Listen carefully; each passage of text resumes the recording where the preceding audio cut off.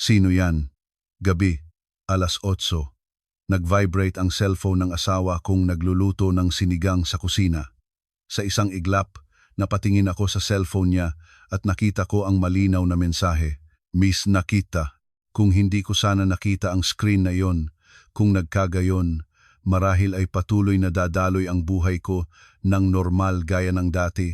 Hanggang ngayon, minsan ay naiisip ko iyon. Ang pangalan ng sender ay nakapangalang Grace. Junior ko sa opisina. Tungkol sa trabaho. Dali-daling itinaob ng asawa ko ang cellphone niya at iniwas ang kanyang tingin. Sa loob ng 15 taong pagsasama, madali kong malalaman kung nagsisinungaling siya. Ilang sandali pa, muling nag-vibrate ang phone. 1, 2, 3 beses. Sa pagkakataong iyon, naunang gumalaw ang kamay ko. Habang nakatingin sa kamay kong nakaunat patungo sa cellphone niya, na-realize ko, tapos na ang lahat. Ako na ang sasagot. Tanong ko, huwag, sigaw niya. Huli na ang lahat, nakapagdesisyon na ako. Hindi ko alam noon na ang maliit na mensaheng ito ang sisira sa 15 taon naming pagsasama.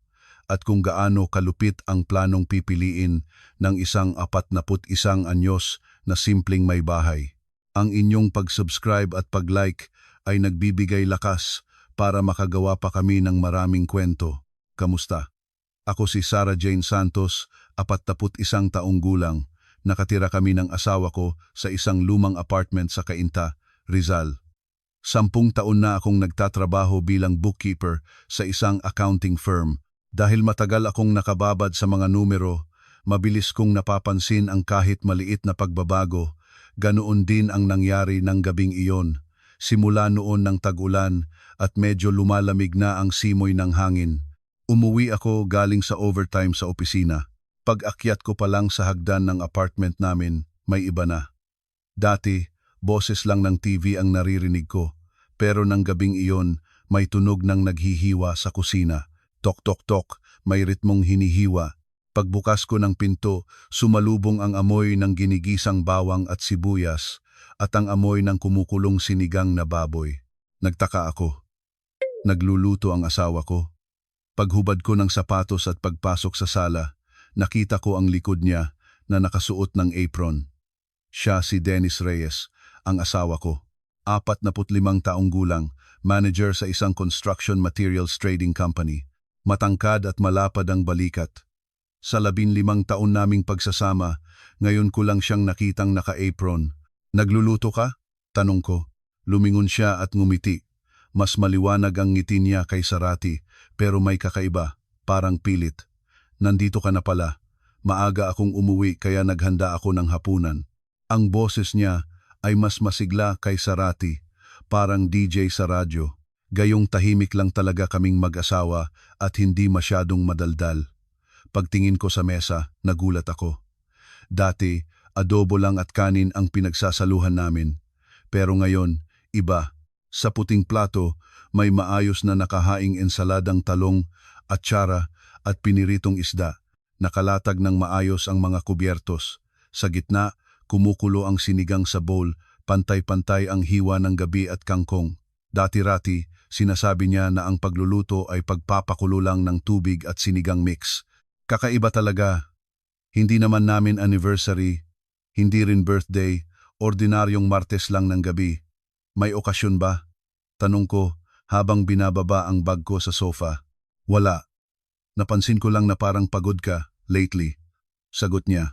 Pero hindi ko naman sinabing pagod ako. Actually, nag-enjoy ako sa bagong project sa opisina, kaya ako nag-overtime. Hindi naman ako pagod Sagot ko. Hindi. Mukhang malungkot ang mukha mo. Iginiit niya. Kailan pa naging malungkot ang mukha ko? Ang totoo nga, masaya ako nitong mga nakaraang araw. Nagsimula siyang magtanong. Kumusta raw sa opisina? Mabait ba ang boss ko? Anong kinain ko nung lunch? Dati, oo lang ang sagot niya habang nakatutok sa cellphone, kaya mas lalo akong nagtaka. Anong ginawa mo sa opisina ngayon? Tanong niya. Month-end closing at nag-ayos ng mga resibo. Gaya ng dati. Hindi ka ba nahirapan? Hindi naman, okay lang. Pilit niyang sinasabi na mukha raw akong pagod na para bang gusto niyang tanggapin ko iyon. Nang sandaling iyon, nag-vibrate ang cellphone niya sa mesa kasabay ng pag-ilaw ng screen. Mensahe iyon. Lumabas ang preview sa screen. Grace ang pangalan. At sa ibaba, isang maikling mensahe. Miss Nakita. 4 na salita lang. Pero ang 4 na salitang iyon ay parang sumuntok sa dibdib ko. Parang may pumalo sa puso ko. Dali-daling itinaob ni Dennis ang cellphone niya at pasimpleng tumingin sa akin. Bakas ang kaba sa mukha niya. Nanginginig ang mga mata niya at tila nanuyo ang labi. Nakita kong pinaglalaruan ng mga daliri niya ang gilid ng phone. Sino yan? Mahinahon kong tanong. Ang boses ko ay mas mababa kay Sarati kahit ako ay nagulat sa pagiging kalmado ko. Junior sa opisina, tungkol sa trabaho, sagot niya. Pero ang mensahe bang tungkol sa trabaho ay Miss Nakita at alas 7:00 na ng gabi. Lampas na sa oras ng trabaho. Binaba ko ang kutsara ko, nawalan ako ng gana. Sa loob ng 15 taon, hindi ko siya pinagdudahan kahit minsan, pero sa sandaling iyon, nag-iba ang paningin ko sa lahat. Kaya pala napakalambing niya ngayon, kaya pala siya nagluto kahit hindi niya gawain, kaya pala pinipilit niyang pagod ako, lahat iyon ay may dahilan. Konsensya. Kinukonsensya siya. Bakit hindi ka kumakain? Tanong niya. Nagkukunwaring nag-aalala, pero balisa ang mga mata niya. Wala akong masyadong gana, maikli kong sagot. Gutom talaga ako, pero parang hindi ko malulunok ang pagkain. Nag-vibrate ulit ang cellphone niya. Sa pagkakataong ito, mabilis niya itong kinuha. Nag-iba ang ekspresyon ng mukha niya habang nakatingin sa screen. Parang kinakabahan na nag-iisip ng gagawin. Mag-CCR lang ako, sabi niya sabay tayo dala ang cellphone. Alam ko na. Tatawag siya o magre-reply. Naiwan akong mag-isa sa mesa. Tahimik. Kumukulo pa rin ng bahagya ang sabaw at umuusok pa ang kanin. Pinaghandaan niya ang hapunang ito, pero pakiramdam ko'y napakalamig ng lahat. Habang pinaglalaruan ko ang mga kubyertos, naisip ko, sino si Grace? Anong klase siyang tao? Ilang taon na siya? Maganda ba? Mas bata ba sa kanya? Rinig ko ang boses ni Dennis mula sa banyo. Pabulong. Hindi ko maintindihan ang mga salita, pero iba ang tono niya. Ibang-iba sa tono ng boses niya kapag kinakausap ako. Mas malambot, mas malambing. Doon ko na-realize, ang buong akala kong masayang pamilya sa loob ng 15 taon, baka ilusyon ko lang pala, parang may malamig na hanging umihip sa puso ko. Paglabas ni Dennis sa banyo, mas maaliwalas na ang mukha niya, halos nakangiti na siya. Sorry, emergency call. Tungkol sa trabaho. Muli ko siyang tinanong, nakatitig sa mga mata niya. Oo, para sa preparation sa meeting bukas. Sinungaling. Nanginginig ang mga mata niya. Madaling mahuli ang kasinungalingan ng taong 15 taon mo ng kasama. Isa pa, Miyerkules bukas. Anong meeting ang paghahandaan niya ng ganitong oras ng gabi? Tahimik akong tumayo at inabot ang cellphone niya. Gusto kong makasiguro kung tama ang hinala ko. Anong ginagawa mo? Gulat na tanong niya, sabay agaw sa cellphone. Ang reaksyon niyang iyon ang nagkumpirma sa lahat. Tama ang kutob ko. Wala, ibinaba ko ang kamay ko at nagsimulang maghugas ng pinggan. Habang binababad ko ang mga plato sa malamig na tubig, nag-isip ako. Anong dapat kong gawin? Sisigaw ba ako at magwawala? Iiyak at magmamakaawa? O magbubulag-bulagan? Hindi. Ibang landas ang pinili ko. Gusto ko ng kasiguraduhan, hindi lang hinala, kundi ebidensya. Pumunta siya sa sala at binuksan ang TV. Nanood siya ng balita gaya ng dati. Nagbabasa ang anchor tungkol sa ekonomiya, pero panay ang kalikot niya sa cellphone niya. Patay sindi ang screen. Pagkatapos kong maghugas, tumabi ako sa kanya. Umurong siya ng kaunti at tumingin sa akin. May gusto ka bang sabihin? Pinahinaan niya ang volume ng TV at tiningnan ako ng diretso. Nag-alangan siya. Dinilaan niya ang labi niya at tila may gustong sabihin. Pero umiling siya. Wala naman. Bakit? Wala lang. Hindi na ako nagtanong pa. Sa halip, nangako ako sa sarili ko. Maghihintay ako hanggang sa kusa siyang mabuko. Nang gabing iyon, maagang natulog si Dennis. Dati, hanggang alas, 11 siya nanonood ng TV. Pero bandang 9:30 pa lang, naghihikab na siyang pumasok sa kwarto. Matagal akong nakaupo sa sala. May palabas na teleserye pero wala akong naiintindihan. Ang pangalang Grace, ang paulit-ulit na tumatakbo sa isip ko at ang mga salitang miss na kita. Pagpasok ko sa kwarto, tulog na siya. Mas mahimbing ang tulog niya kaysa Rati. Sabi nila, ang mga taong may konsensya raw ay mas mahimbing matulog. Siguro nga, nakatingala lang ako sa kisame. Unang beses kong naramdaman ang ganitong emosyon sa loob ng 15 taon. Kinakabahan pero kakaibang linaw ng isip. Parang pinunasan ang matagal ng malabong salamin. Naging malinaw ang lahat. Bukas, siguradong iba na ang takbo ng araw. Kinabukasan ng gabi, nagluto ulit siya. Pag-uwi ko, may ingay ulit sa kusina. Pareho ng kahapon, tunog ng kawali, mantika, at masayang boses ng asawa ko. Nandito ka na pala. Ginabi ka na naman. Lumingon siya at ngumiti. Pilit na ngiti ulit.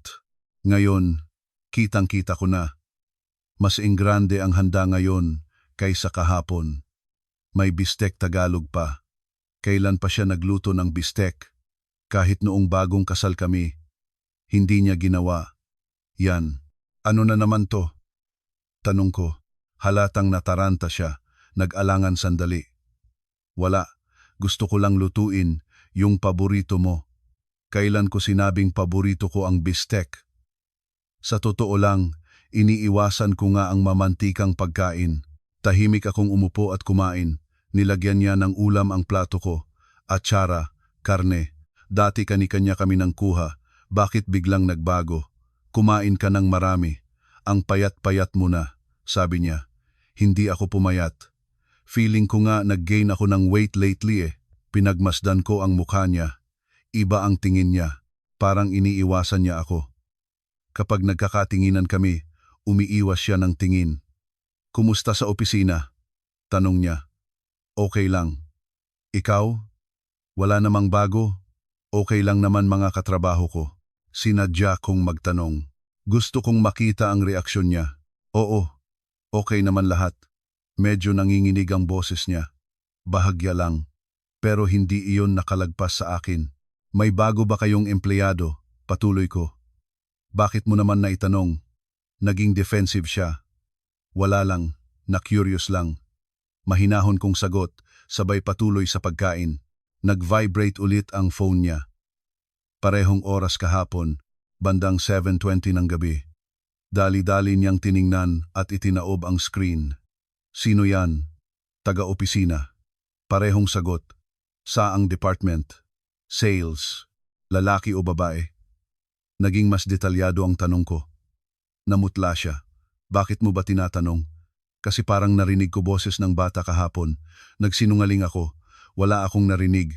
Gusto ko lang siyang subukan. Oo. Babae, junior ko. Inamin din niyang babae. Anong pangalan?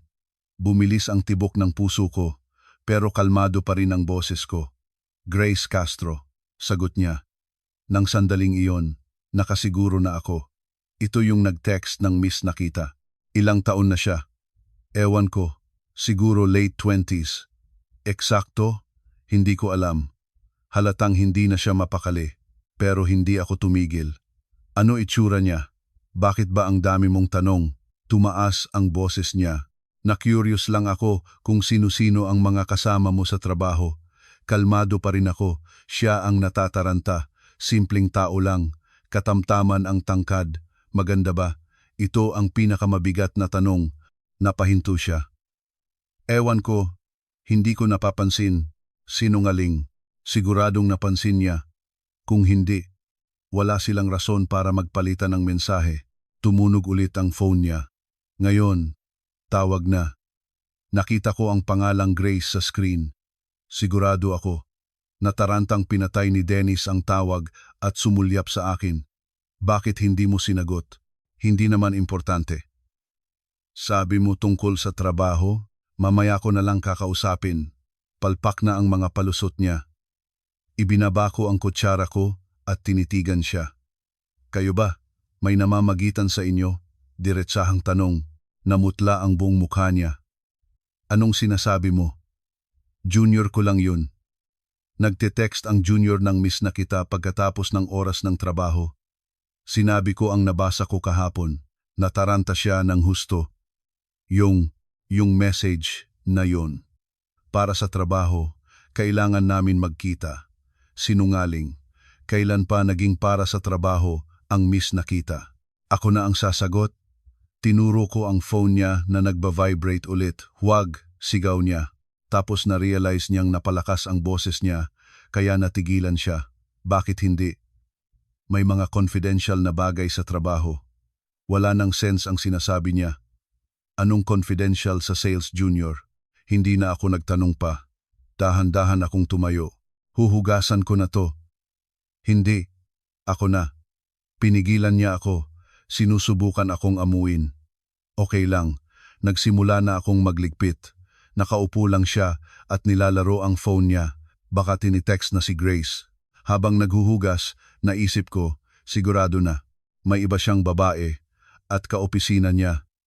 Late 20s, ibig sabihin wala pang 30, mahigit 10 taon ang agwat namin. At siguradong maganda. Kahit i-deny niya, alam kong maganda. Nanginginig ang mga kamay ko habang nililinis ang mga plato. Hindi ko alam kung galit ako o malungkot. Basta nanlalamig ang buong katawan ko. Narinig ko siyang sumagot ng tawag sa sala. Pabulong. Oo. Pasensya na. Medyo alanganin ang sitwasyon ngayon. Tatawag ako ulit mamaya. Sige, ingat ka sa pag-uwi. Yung huling sinabi niya, ang pinakamasakit. Ingat ka sa pag-uwi salita. Yan ng mga magkarelasyon ah. Pumasok siya sa kusina pagkatapos. May maitutulong ba ako? Tapos na. Pinupunasan ko na ang huling plato. Sorry talaga. Dapat ako ang gumawa nito. Okay lang. Nakatayo siya sa likod ko. Parang may gustong sabihin pero wala rin siyang nasabi. Pagkatapos, pumunta ako sa sala, binuksan ang TV at nanood ng balita. Pero wala akong naiintindihan. Tumabi siya sa akin pero may distansya. Ang awkward ng paligid. May inuman kami ng team bukas. Bigla niyang sabi, ganun ba? Medyo gagabihin ako. Anong oras? Mga 10:00 siguro. Hindi ko alam kung totoo o kasinungalingan. Baka makikipagkita siya kay Grace. Sige, hindi na ako nagtanong pa. Dahil sigurado na ako, mas gumaan ang pakiramdam ko. Mas mabuti pang alam mo ang totoo kaysa nagdududa. Maaga siyang nakatulog ng gabing iyon. Pero ako, matagal akong gising. Grace Castro, late 20s, sa sales department. Alam ko na ang pangalan, edad, at trabaho niya. Pero wala pa akong matibay na ebidensya. Kailangan ko ng mas matibay para makapagdesisyon. Kinabukasan, araw ng inuman daw nila, bandang 6:00 ng gabi, tumawag siya. Hon, gagabihin ako dahil sa team building. Huwag mo na akong intindihin sa dinner. Sige, anong oras ka uuwi? Ewan, baka lampas 10:00. Napaisip ako pagkababa ng telepono. Inuman nga kaya o magkasama sila? Kumain ako ng pansit canton mag-isa. Mas komportable ako na wala siya. Walang kailangang obserbahan. Nanood ako ng TV at bandang 8:00, tumunog ang doorbell. Ding-dong. Nakakapagtaka.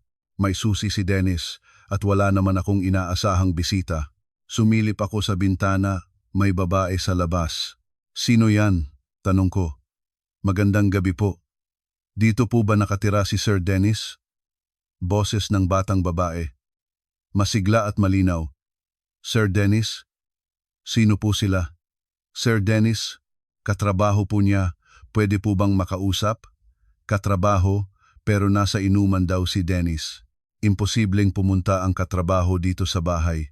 Binuksan ko ang pinto. Gusto kong malaman kung sino. Isang batang babae ang nakatayo doon, maliit at balingkinitan, maganda.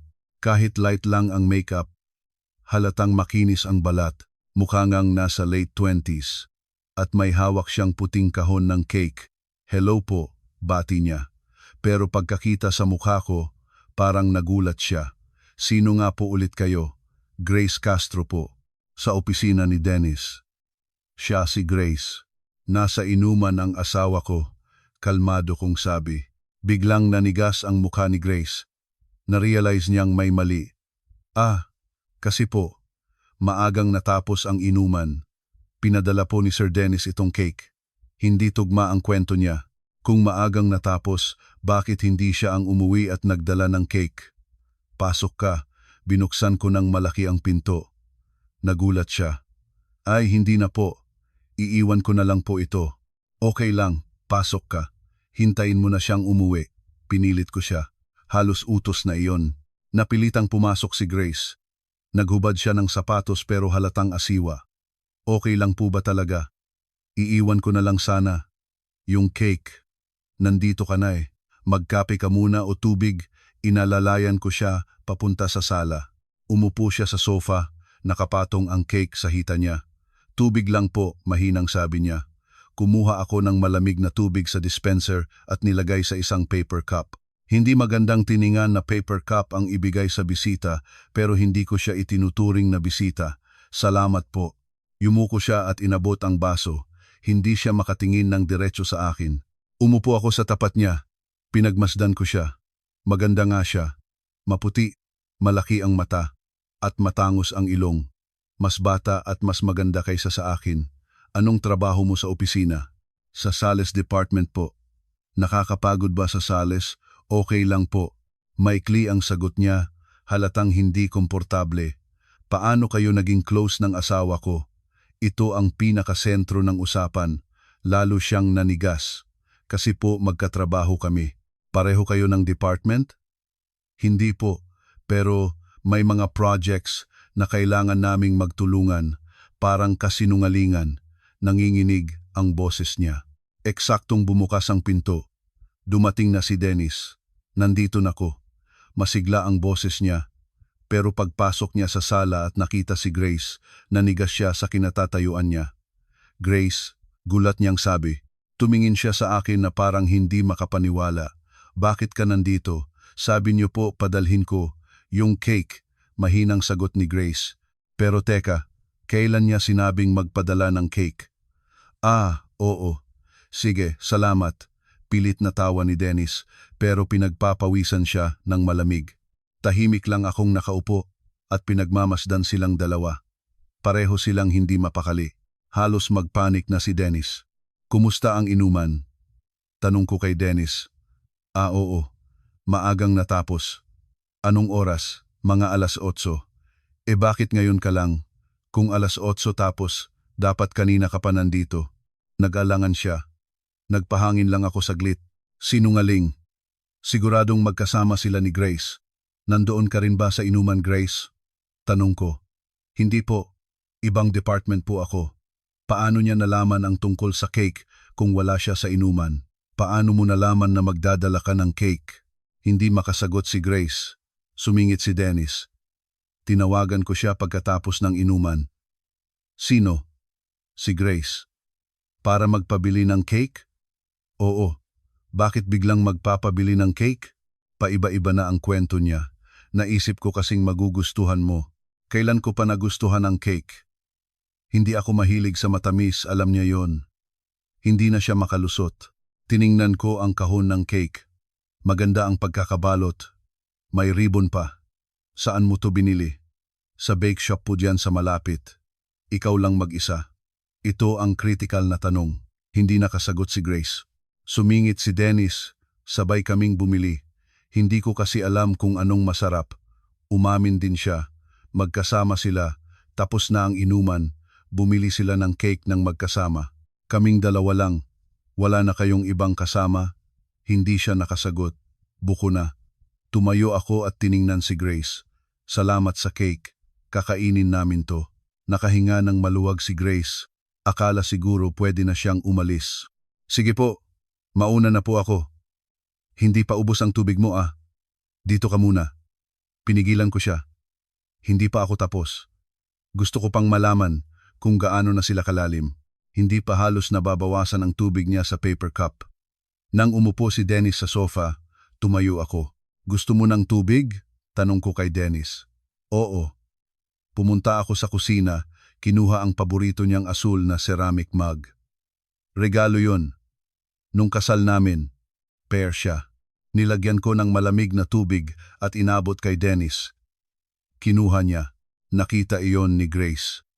Na-realize niya na siya. Nasa paper cup lang, habang ang asawa ko nasa magandang mug. Iba ang naging reaksyon sa mukha niya. Umupo ulit ako at tiningnan siya. Gaano ka nakatagal sa kumpanya? Mga 1 taon po, bago ka pa pala. Hindi ba mahirap makibagay? Natigilan si Grace. Alam niyang may ibig sabihin ang mga tanong ko. Okay naman po, tinutulungan po ako ng mga seniors ko. Tumingin siya kay Dennis nang sabihin ng seniors, sino ba ang pinakamadalas tumulong sa'yo? Diretsahang tanong, nanigas ulit siya. Tumingin siya kay Dennis, humihingi ng saklolo. Sumingit na naman si Dennis, lahat naman sa opisina magkakaibigan. Kahit na may mas close talaga, di ba? Tulad ng pagsama sa pagbili ng cake, banat ko. Halatang naiinis na si Dennis. Inaayos niya ang pag-upo at paulit-ulit na pinag-cruise ang mga binti niya. Kailan kayo naging close ng asawa ko? Tanong ko kay Grace. Hindi naman po mula umpisa. Mga ilang buwan na po. Ilang buwan? Kailan eksakto? Hindi ko po sigurado.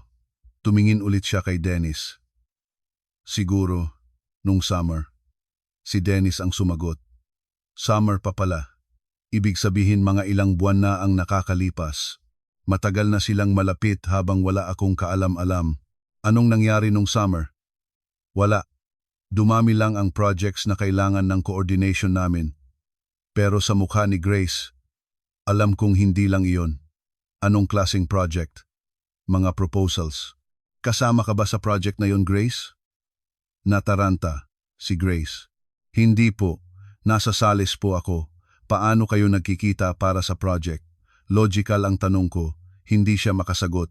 Sumingit ulit si Dennis. Kailangan kasi ng data mula sa sales kaya humingi ako ng tulong sa kanya. Madalas ba? Minsan. Gaano kadalas ang minsan? 1 o 2 beses sa isang linggo. Hindi na. Yon minsan. Madalas yon. Sabay din ba kayong nagla-lunch? Nagulat si Grace. Siguro sabay nga sila. Minsan po kasama ang ibang katrabaho. Sino-sino, mga 3 o 4 po kami. Sinungaling. Kung totoo, sana sinabi na niya ang mga pangalan. Sino-sino nga, yung mga nasa same floor po namin. Malabong sagot. Tumingin ako kay Dennis. Sumasabay ka rin sa kanila? Oo, minsan. Puro minsan. Ang taong nakikita mo 1 o 2 beses sa isang linggo, tapos sabay pa mag-lunch minsan, hindi yon normal na katrabaho lang. Tiningnan ko ang mga kamay ni Grace, walang singsing, wala pa sigurong asawa. Hindi ka pa kasal? Hindi pa po. May boyfriend ka ba? Namula ang mukha ni Grace. Tumingin siya kay Dennis nang may pag-aalala. Personal na po iyon. Na-curious lang ako. Ang ganda mo kasi kaya imposibleng wala. Lalo siyang nataranta. Hindi alam ang isasagot. Tumingin si Dennis sa relo niya. Gabi na, baka kailangan na umuwi ni Grace. Pinapaalis na niya para makatakas. Opo, mauuna na po ako. Akmang tatayo si Grace. Hindi mo paubos yung tubig mo.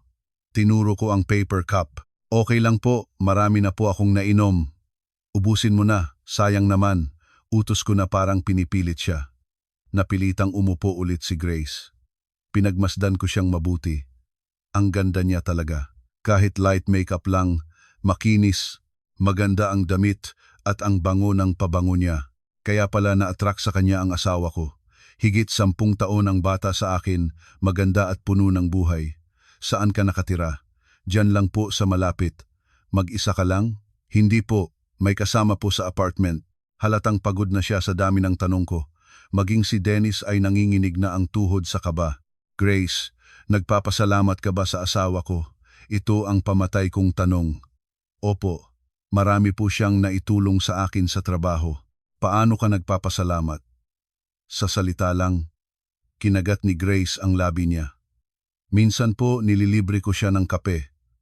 Madalas, minsan lang po. Minsan na naman, lahat na lang minsan. Sa mamahaling kapehan ba? Hindi po. Sa trust-in, one lang, o vending machine.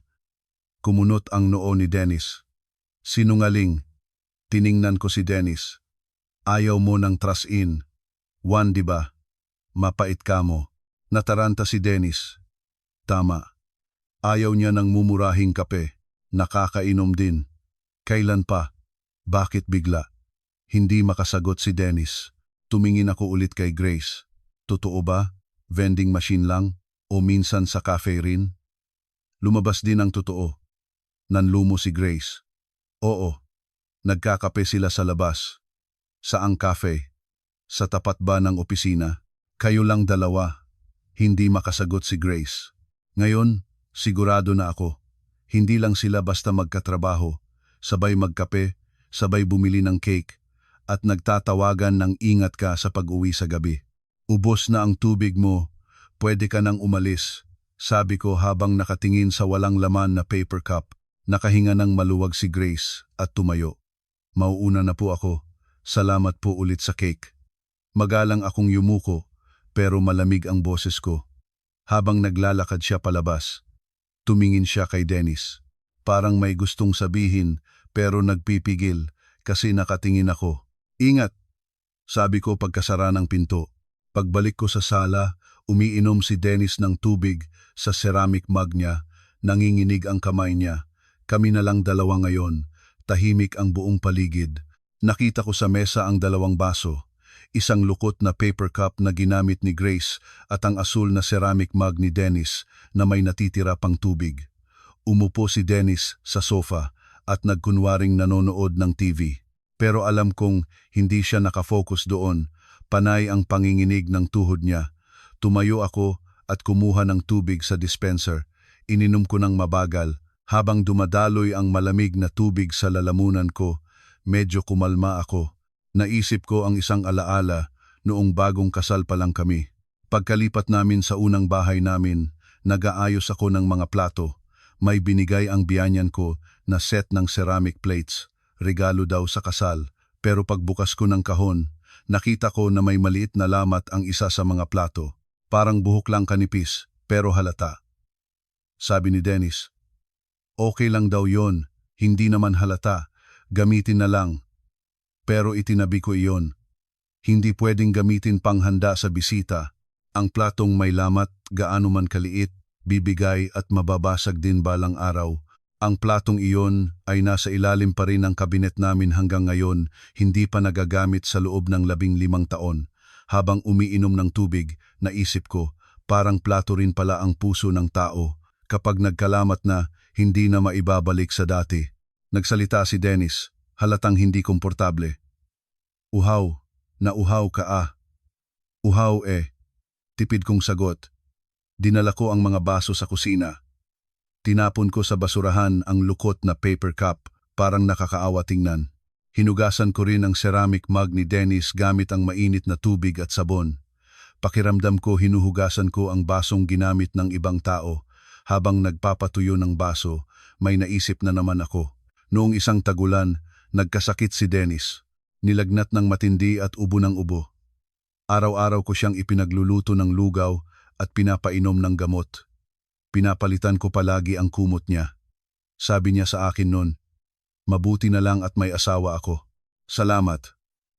Nagpasalamat siya, pero nalungkot ako noon kasi parang kailangan niya lang ako bilang tagapag-alaga. Ngayon ko lang na-realize, baka noon pa lang, hindi na babae ang tingin niya sa akin kundi kapamilya na lang. Pagbalik ko sa sala, may tinitingnan siya sa cellphone niya. Nag-check ng message. Siguro kay Grace galing. Ano yan?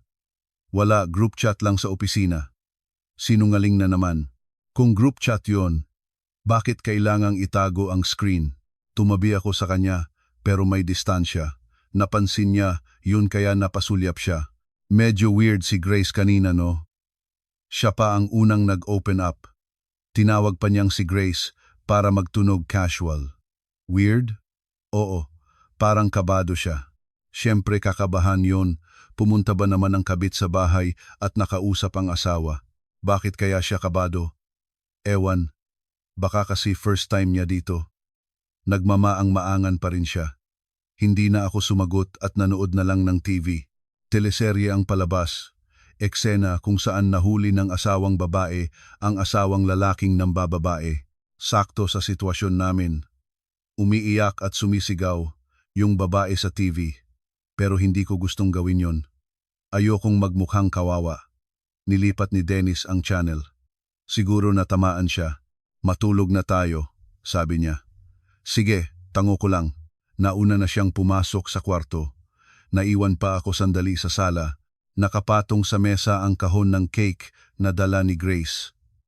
Maganda ang white box na may ribbon. Binuksan ko ito. Strawberry cake ang nasa loob.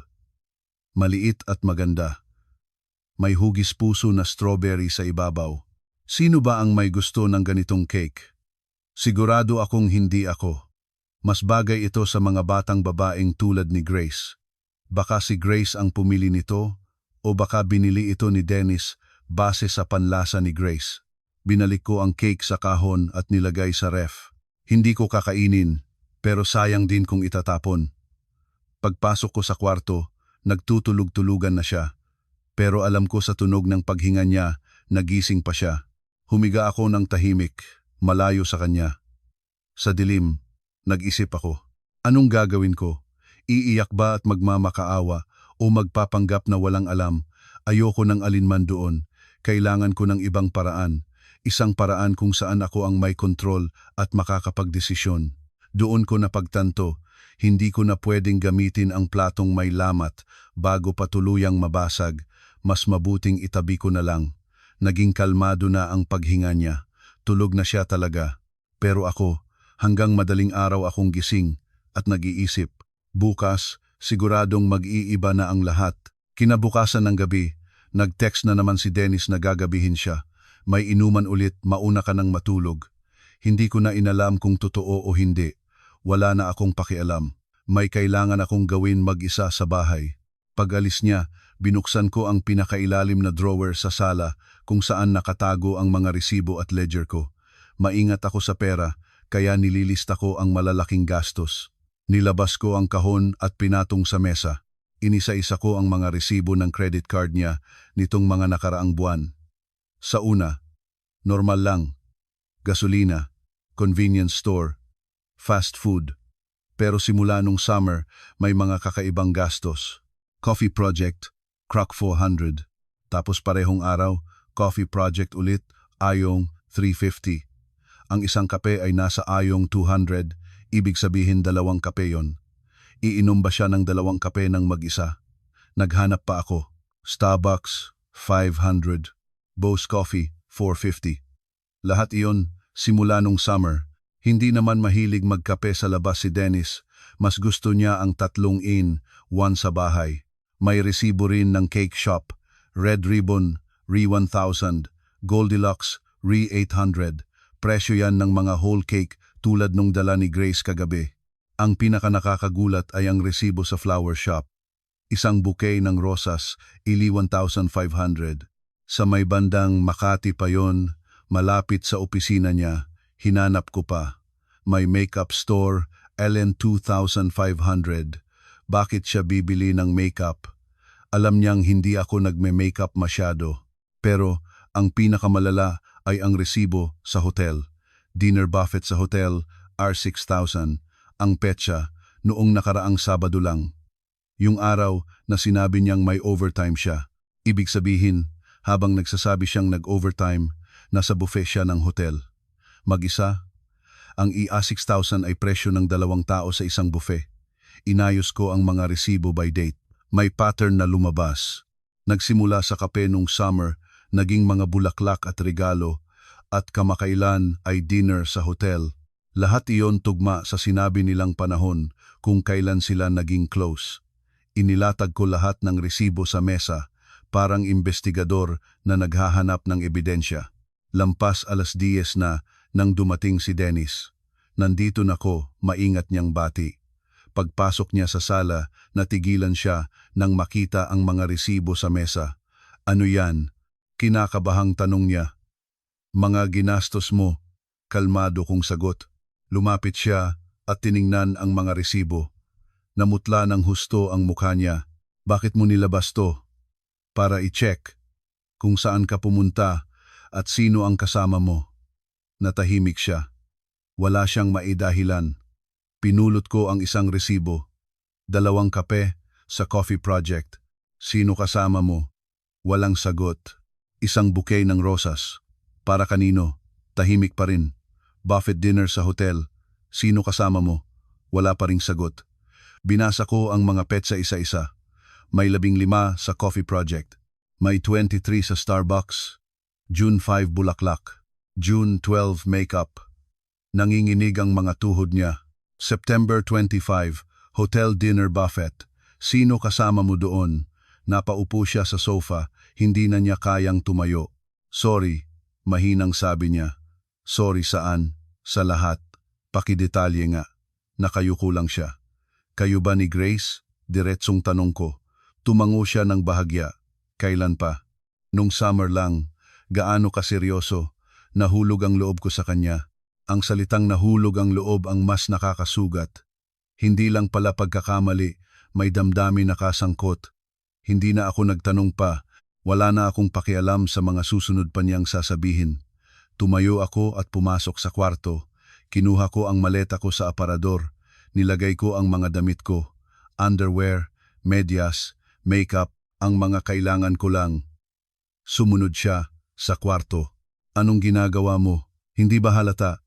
Saan ka pupunta? Aalis. Tanga ba siya? Alangan namang magstay pa ako dito. Pagkatapos kong mag-impake, binuksan ko ang drawer. Kinuha ko ang passbook at ATM ko at nilagay sa bag. Teka lang, mag-usap tayo, pagmamakaawa niya. Anong pag-uusapan natin? Gusto mo ba ng hiwalayan? Ikaw ang magdesisyon. Isinara ko ang zipper ng maleta. Tatapusin ko na ang lahat kay Grace. Ayusin natin to. Nagmamakaawa ang boses niya. Umiling ako. Huli na. Bakit? Hindi pa huli. Matagal nang huli. Simula pa nung nag-umpisa kang magsinungaling sa akin. Akmang hahawakan niya ang braso ko pero umiwas ako. Parang awa mo na. Isang pagkakataon pa. Nagtiwala ako sa'yo. Sa loob ng 15 taon. Ni minsan hindi kita pinagdudahan. Nanginginig ang boses ko. Hindi sa galit, kundi sa lungkot at panghihinayang. Pero ilang buwan mo akong niloko. Araw-araw. Nagsimula siyang umiyak. Sorry talaga. Nagsisisi ako. Huwag kang magsisi. Pinili mo yan. Binuhat ko ang maleta ko, papuntang pintuan. Sumunod siya, nagmamakaawa, pero hindi ko siya nilingon. Habang naghihinintay sa pagsuot ng sapatos ko, sinabi ko ang huling salita. Ang pamilya at tiwala ang iningatan ko, hindi ang bahay na to.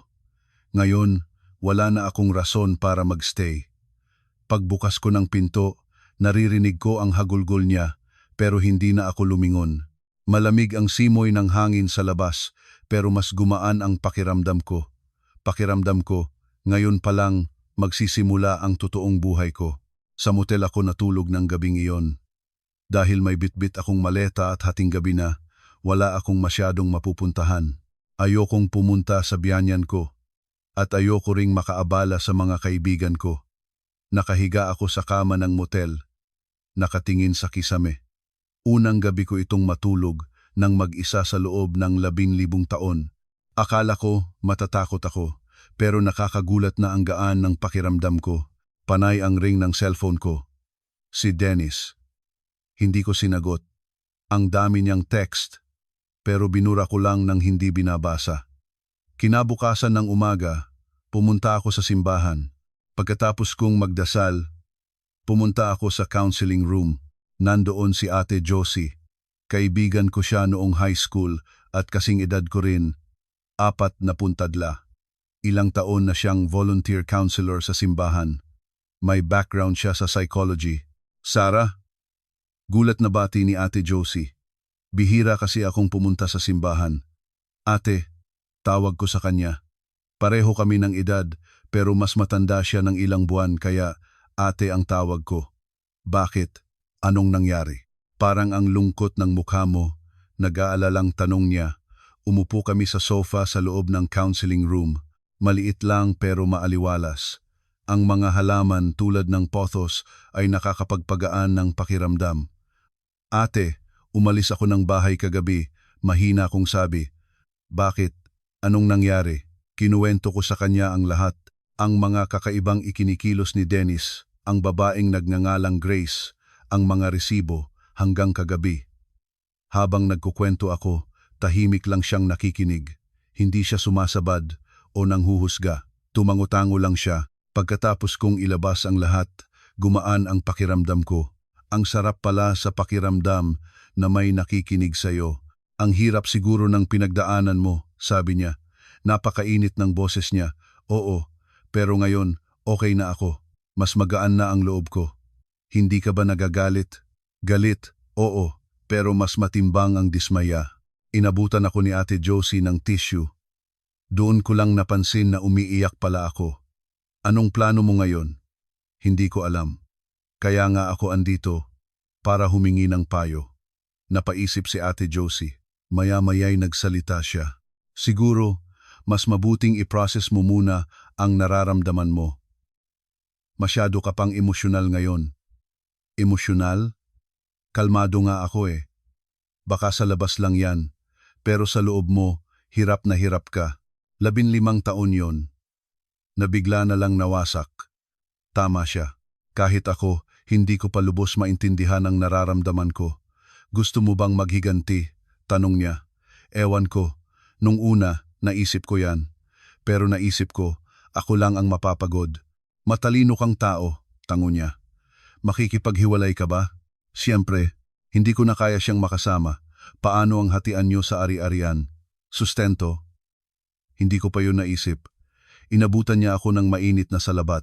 Sara, baka masyadong padalos-dalos ang desisyon mo, sabi ni Ate Josie. Padalos-dalos? Oo, naiintindihan ko na siya ang may kasalanan. Pero isipin mo rin ang practical na side. Anong ibig mong sabihin? Kaya mo bang mabuhay ng mag-isa financially? Sapat ba ang sweldo mo? Napaisip ako. Hindi ko yon. Na-consider. May sweldo naman ako ah. Medyo mahirap mabuhay mag-isa sa sweldo lang. Paano yung bahay nyo, yung savings? Tama, nakapangalan kay Dennis ang malaking bahagi ng pera namin. Isa pa, hindi ganun kadali ang proseso ng paghihiwalay o legal separation at annulment dito sa atin. Kailangang ayusin ang hatian sa ari-arian, sustento, magulo yan. Paliwanag ni Ate Josie. Anong gusto mong gawin ko? Magtiis na lang ako? Hindi sa ganun. Gusto ko lang maging handa ka sa laban. Ipinaliwanag niya ng mabuti. Kumonsulta ka muna sa abogado. Alamin mo ang proseso. Paano ang hatian? Oo. Tapos, habang nag-aayos ka, magkahiwalay muna kayo para makapag-isip-isip. Kapag settled na ang emosyon mo, saka ka gumawa ng final decision. Maganda ang payo niya. Pero ate, wala na akong balak patawarin siya. Hinding-hindi. Karapatan mo yan, nirerespeto ko yan. Pero iba ang hindi pagpapatawad sa paghihiganti. Hawak ni Ate Josie ang kamay ko. Ang paghihiganti ay hindi lang sumisira sa kalaban mo, sinisira rin nito ang sarili mo, lalo na sa taong tulad mo na mabait at tahimik. Ikaw lang din ang magsisisi sa huli. Kilala talaga ako ni Ate Josie. Ano na lang ang gagawin ko? Linisin mo ang paghihiwalay nyo. Huwag kang magpadala sa emosyon. Kalkulahin mo ang dapat mapunta sa'yo at kunin mo. Ang sustento o settlement. Oo. Hindi mo naman kailangang maging gahaman, basta sapat para makapag-umpisa ka ulit, tapos hiwalayan mo siya. Nang malinis. Tumama sa puso ko ang sinabi niya, pero papayag kaya siya. Wala siyang magagawa kundi pumayag dahil siya ang may kasalanan. May ebidensya ka pa. Magkano kaya ang abogado? Hindi naman masyadong mahal kung magkakasundo kayo sa labas ng korte. May kakilala akong abogado. Sa family law siya. Ibibigay ko number niya. Salamat ate. Inabot niya sa akin ang calling card. At Sara, huwag kang mag-isa. Tumawag ka sa akin kapag kailangan mo ng kausap Pwede ka munang tumira sa amin. Matutuwa ang mga anak ko. May 2 anak na high school si Ate Josie. Huwag na, nakakahiya. Hahanap na lang ako ng mauupahang apartment. Tutulungan na rin kitang maghanap. Natouch ako sa pag-aalala niya. Paglabas ko ng counseling room, mas malinaw na ang isip ko. Nawala na ang galit at naisip ko na ang practical na hakbang. Mas mabuti pang ayusin ang sarili ko kaysa maghiganti. Gusto ko mang ibalik ang sakit na pinaramdam nila sa akin. Mas mahalaga ang kinabukasan ko. Bago ako lumabas ng simbahan, nag-text ako kay Dennis. Sa abogado na lang tayo mag-usap. Huwag mo na muna akong tatawagan. Isang maikli at malinaw na mensahe. Simula na ng bagong buhay ko. 2 buwan ang lumipas. Nakatira na ako sa isang maliit na studio apartment sa Pasig. Medyo maliit lang, pero solo ko. Nasa ground floor kaya hindi masyadong nasisinagan ng araw, pero tahimik at komportable. Sa may bintana, may nakapatong na paso ng pothos. Regalo ito ni Ate Josie nung nag-housewarming ako. Nung una, akala ko mamamatay ang halaman, pero lumago ito. Tuwing umaga, ang una kong ginagawa paggising ay diligan ito. Tinitingnan ko kung may bagong sibol na dahon. Ngayon, may isa na namang bagong dahon. Lumalago ka ng mabuti ngiti ko habang kinakausap ang halaman. Naging mabilis ang proseso ng paghihiwalay namin ni Dennis at ang hatian sa ari-arian dahil umamin siya sa lahat ng kasalanan niya at nakipagkasundo. Binigay niya ang hinihingi kong financial settlement at mas malaki pa ang nakuha ko sa savings namin kaysa sa inaasahan ko. Sabi ng abogado, siguro daw dahil kinukonsensya si Dennis at siguro rin tapos na ang relasyon nila ni Grace. Hindi ko na inalam, wala na akong pakialam sa kanila. Ang pinakamasarap sa pakiramdam ay ang pagpanig sa akin ng biyanyan ko. Akala ko papayuhan niya akong magtiis na lang pero siya pa ang nagalit kay Dennis. Kasalanan mo lahat ito. Kaya aalis si Sarah. Huwag mo na siyang pigilan, sigaw niya sa anak niya. Tapos kinausap niya ako, ang dami mong pinagdaanan anak, simulan mo na ang sarili mong buhay ngayon. Binigyan pa niya ako ng pabaong pera. Nahihiyaman akong tanggapin pero pinilit niya kaya nagpasalamat ako. Maliit lang ang inuupahan kong studio pero pinaganda ko. May maliit na wooden table, isang sofa at bed mattress na pwede ring upuan. Simple pero maaliwalas.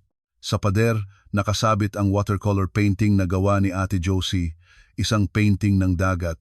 Nakaka-relax itong tingnan. Tuwing 6 ng umaga, nagtitimpla ako ng mainit na chamomile tea o salabat.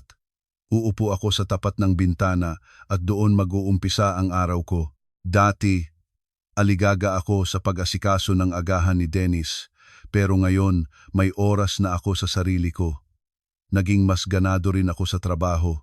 Mas kailangan kong galingan kasi sarili ko na lang ang inaasahan ko. Pero nakakagulat na mas nag-enjoy ako sa pagtatrabaho ngayon.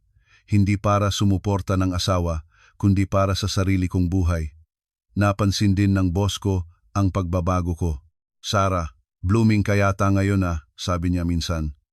Ngumiti lang ako.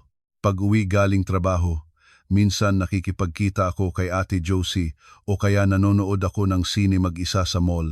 Nung una, medyo weird, pero nasanay din ako. Wala akong kailangang intindihin kung anong papanoorin, kung anong gusto ko, yun ang papanoodin ko. Tuwing weekend, naglilinis ako ng bahay o kaya naglalakad sa park. Hindi ko alam na masarap palang maglakad ng mag-isa. Kahapon, nakausap ko si Lola na kapitbahay ko. Nakasalubong ko siya sa pasilyo at siya ang unang bumati. Bagong lipat ka Opo. Magandang araw po. Ikaw lang mag-isa dito? Opo. Magpalitan tayo ng ulam minsan Alok ni Lola. Nakakatuwa. Sige po. Salamat po. Ang aliwalas ng mukha mo, Ineng, nakangiting sabi ni Lola. Maaliwalas daw ang mukha ko. Ako mismo hindi ko napapansin, pero siguro nga, pagtingin ko sa salamin, iba na nga ang mukha ko kumpara dati. Mas maliwanag ang mga mata ko at natural na nakangiti ang mga labi ko. Matapos ang 15 taon, ngayon ko lang nahanap ang totoong sarili ko. Ngayong umaga, Nagtimpla ulit ako ng tsaa at umupo sa tapat ng bintana. May pusa sa ibabaw ng pader. Relaxed siyang naglalakad, parang walang inaalala sa mundo. Ganon din ang pakiramdam ko. Hindi ko na kailangang mag-alala sa iisipin ng iba o magtiis para lang sa pamilya. Mabubuhay na ako sa paraang gusto ko. Minsan, nakakaramdam din ako ng lungkot, lalo na kapag mag-isa akong kumakain o bago matulog. Pero mas nangingibabaw ang kalayaan ko kaysa sa kalungkutan. Iba ito sa kalayaan nung nasa 20s pa ako. Noon, puro kaba para sa future. Ngayon wala na. Napatunayan ko nang kaya kong mabuhay ng mag-isa. Pagkaubos ng tsaa, nag-ayos na ako papuntang opisina. Pagbukas ko ng aparador, napansin kong puro bright colors na ang mga damit ko. Dati iniiwasan ko ang lilac dahil ayaw ni Dennis. Baduy daw, pero ngayon, isinuot ko ang lilac blouse ko. Gusto ko eh. Nagsuklay ako at naglagay ng lip balm. Hindi na ako nag-heavy makeup pero nag-aayos na ako ngayon. Habang naglalakad palabas, nakasalubong ko ulit si Lola. Papasok ka na, ang ganda mo ngayon, bati niya. Salamat po Lola. Ingat po kayo, ingat ka rin Sarah. Tinawag niya ako sa pangalan ko kasi sinabi ko sa kanya nung isang araw. Habang naglalakad papunta sa sakayan ng jeep, naisip ko, dito talaga nagsisimula ang bagong buhay ko. Marami akong pinagdaanan, pero yun ang naghulma sa akin ngayon. Mas matapang, mas malaya, at mas masayang ako. Hindi ko alam kung anong nangyari na kina Dennis at Grace, at wala na akong balak alamin. Wala na, yun sa kwento ng buhay ko. Ang mahalaga, masaya ako ngayon. Dumating ang jeep, umupo ako sa may bintana at tumingin sa labas. Mainit at maganda ang sikat ng araw. Magiging maganda ang araw na ito. Ang matagal nang nanginginig kong puso ay naging matatag na at nakikita ko na nang malinaw ang daan sa harap ko. Napatunayan ko na kahit kailan, pwede palang magsimula ulit ang buhay. Sa edad kong 41, hindi pa huli ang lahat. Mga kaibigan, kamusta ang kwento ni Sarah? Minsan, dumarating ang mga hindi inaasahang pagtataksil at sugat sa buhay, pero pinakita ni Sarah na hindi doon natatapos ang lahat. Ang mahalaga ay kung paano ka babangon. Imbes na maghiganti, pinili niya ang sarili niyang kaligayahan at buong tapang na nag-umpisa ng bagong yugto ng kanyang buhay. Ang edad ay numero lamang, palagi tayong may pagkakataong magsimula muli. Kung nagbigay sa inyo ng inspirasyon ang kwentong ito, mangyaring mag-subscribe at mag-like. Araw-araw kaming magbabahagi ng mas marami pang nakakaantig at masisiglang kwento.